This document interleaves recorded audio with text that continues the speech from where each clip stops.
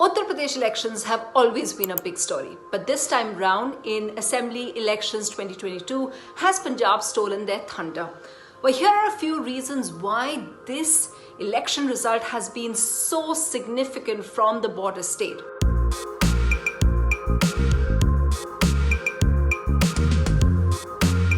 First and foremost, the big reason why this is a bigger story and emerging as a bigger headline is because of the performance of Aadmi party.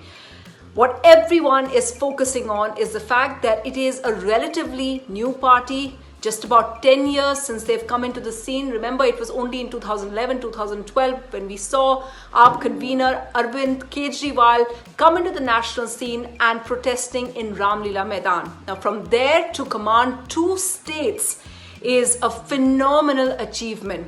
And it's not just like they're just scraping through. It was an election where the odds were stacked against them. They were up against the Congress party, and of course the regional party over there was supposed to be the Shiromani Akali Dal.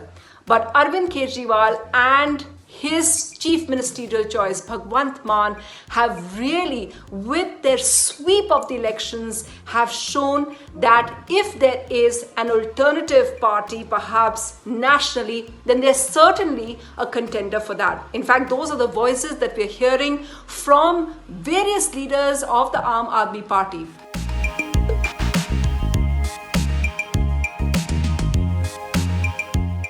My second reason for why Punjab is really interesting. We also see in Punjab the messaging from the voters.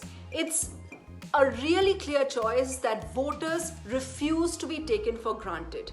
If you look at the elections, they have voted out a lot of the legacy party leaders, people who were thought to be invincible.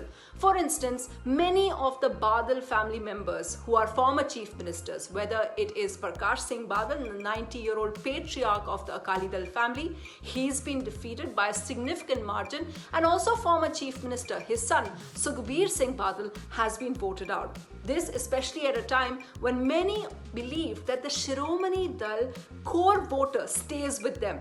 It shows that nobody is a holy cow when it comes to elections, and the voters are the most irreverent lot. And that's why, whether it is the Akali Dal family or it is other chief ministers or former chief ministers, whether it is Charanjit Singh Channi or Amrinder Singh, they have all been voted out in this 2022 election campaign. It shows that the people were desperate for a choice, and the Aam Aadmi party proved to be the choice that they went with.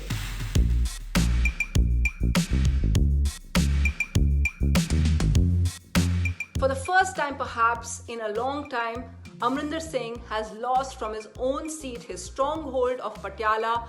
So the people very clear that just because he got rid of and went his own way from the Congress party, they weren't willing to believe that. It is he who had refused to meet voters. He was, many people who were talking about the problems that the Congress faced. He stayed in his farmhouse. He only let his bureaucrats do the job. All of that reflected badly on him as well, which is why he seems to have lost this election.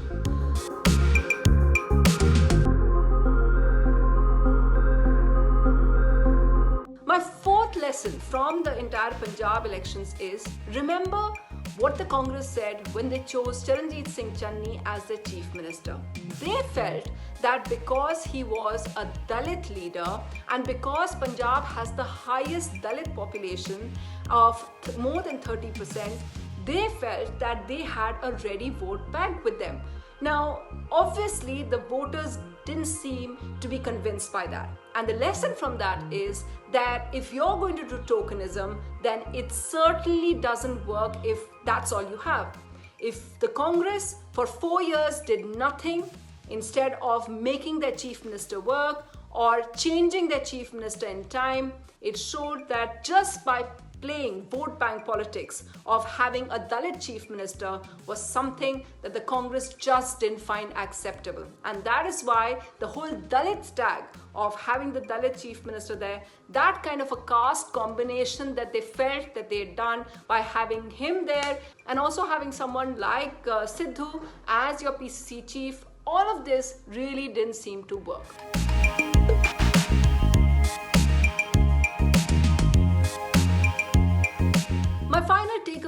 this is the complete failure of the Congress party. In every other place, the Congress High Command, that is the Gandhis, they blamed other leaders over there or their chief ministers. Whether it is the choice of Amrinder Singh being removed and choosing Charanjit Singh Channi, or the PCC chief, which is NAVJOT Singh SIDHU, all of these were chosen by Rahul Gandhi. And if the Congress party regaled someone like Navjot Singh Sidhu, who himself lost his own constituency of Amritsar East, then the blame squarely falls on Rahul Gandhi and the Gandhi family.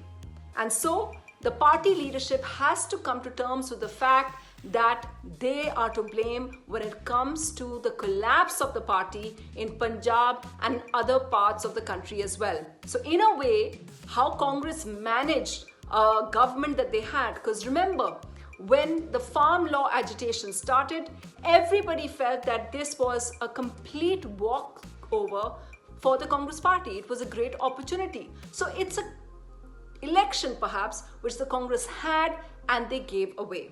And for that, the blame will be put on the Gandhi family, not just for their choice of chief minister or the way they treated Amrinder Singh, because even though if they had to remove him, many felt within the party that the handling that they did by not managing a lot of things behind the scenes and publicly shaming him, they put their entire support for someone like Navjot Singh Sidhu, who at the end of the day hasn't been able to deliver and hasn't emerged as a mass leader. And for that, for making the wrong choices, the Congress will definitely be blamed.